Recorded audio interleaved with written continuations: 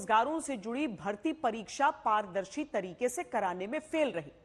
तभी तो गुजरात में रविवार को जूनियर क्लर्क की भर्ती परीक्षा रद्द करनी पड़ी। भर्ती परीक्षा कराते समय सरकार कहती है कि हमारी नजर है, लेकिन उसी नजर को काटकर पेपर माफिया बेरोजगारों के नौकरी के सपने लीक कर देता है। आपाधापी, धक्का मुक्की, लाचारी, मजबूरी, इन सब को मिलाकर जो एक शब्द बनता है वो है बेरोजगारी। उसी बेरोजगारी में अगर पेपर लीक ना होने से रोक पाने वाली सरकारी नाकामयाबी मिला दीजिए तो ये तस्वीर है गुजरात की। रविवार को भर्ती परीक्षा रद्द हुई।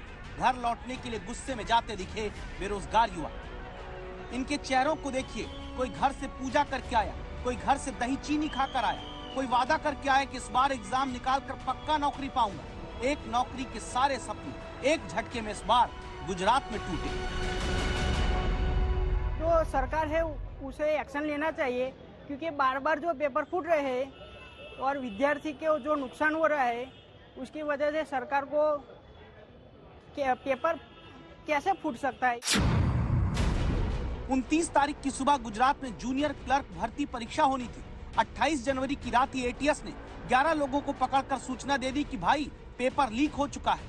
इसके बाद 29 जनवरी की सुबह जूनियर क्लर्क भर्ती परीक्षा को रद्द कर दिया गया।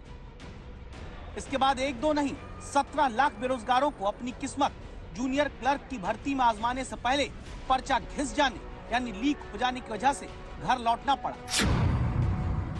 गुजरात में जूनियर क्लर्क के 3,350 पदों के लिए 17 लाख युवाओं ने फॉर्म भरा, यानी एक क्लर्क पद के लिए 507 बेरोजगारों के बीच फैसला होता। लेकिन पिछले महीने जहां विधायकों का चुनाव बिना किसी लीक के हो जाता है, वही व्यवस्था बेरोजगारों का नौकरी के लिए चुनाव कराने में फेल हो जाती है। जो बार बार पेपर लीक हो जाते हैं, कौन जिम्मेदार है? इसको तो सरकार जिम्मेदार होगी ना।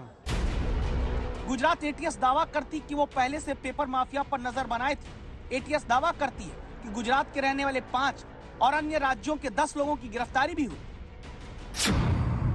गुजरात में दावा तो ये भी हुआ कि पेपर सुरक्षित कराने के लिए 7,500 पुलिसकर्मी तैनात थे, 42 स्ट्रांग रूम बने थे, 100% सीसीटीवी कैमरों की निगरानी थी।